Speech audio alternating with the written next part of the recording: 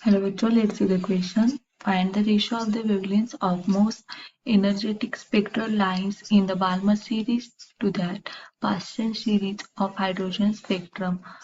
Question को solve करने से पहले हम इसे अच्छी तरह से समझ लेते हैं।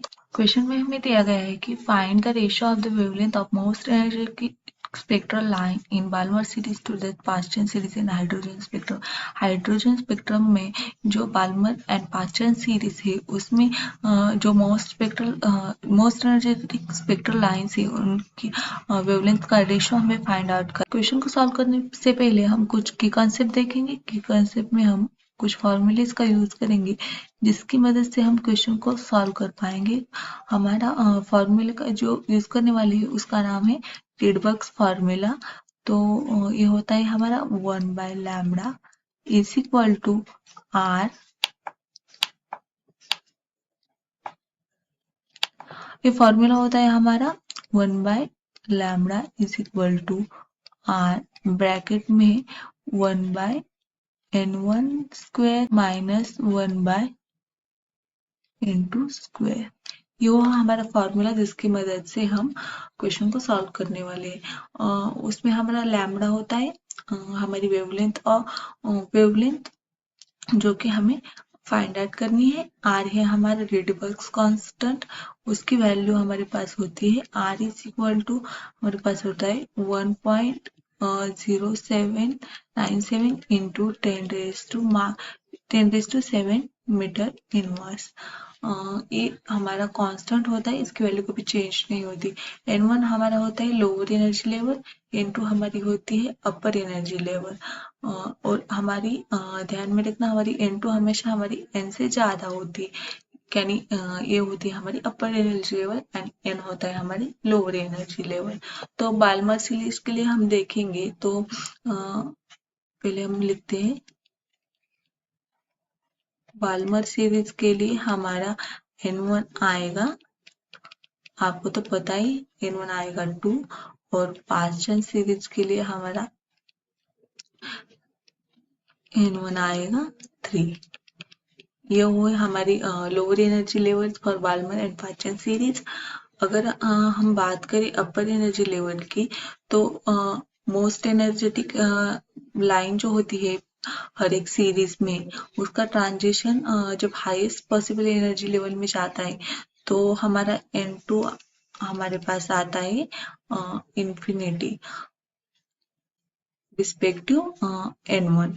तो दोनों के लिए n2 हमारा इंफिनिटी रहेगा फॉर बाल्मर और फॉर पास्चन सीरीज। तो ये हुआ हमारा गिवन।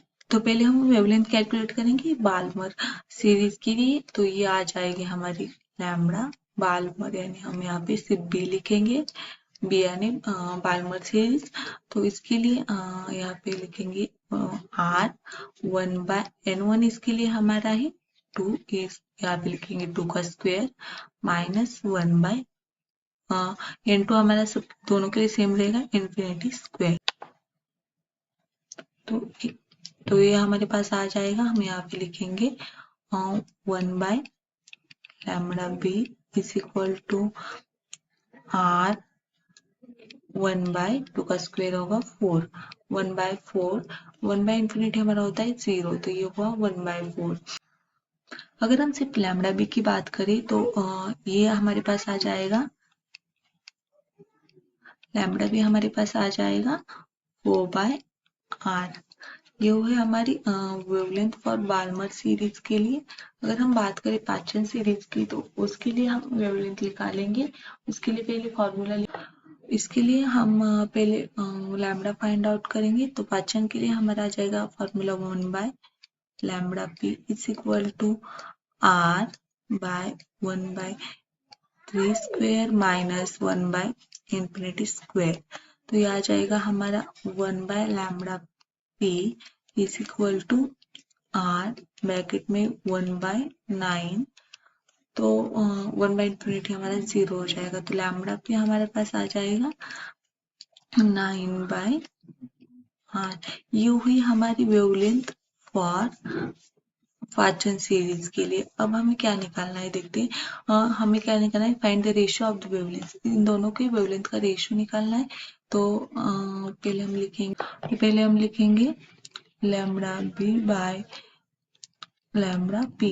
तो ये हमारा आ जाएगा लैम्बडा बी हमारे पास है 4/r, ये आ जाएगा 4/r और लैम्बडा पी हमारे पास है 9/r।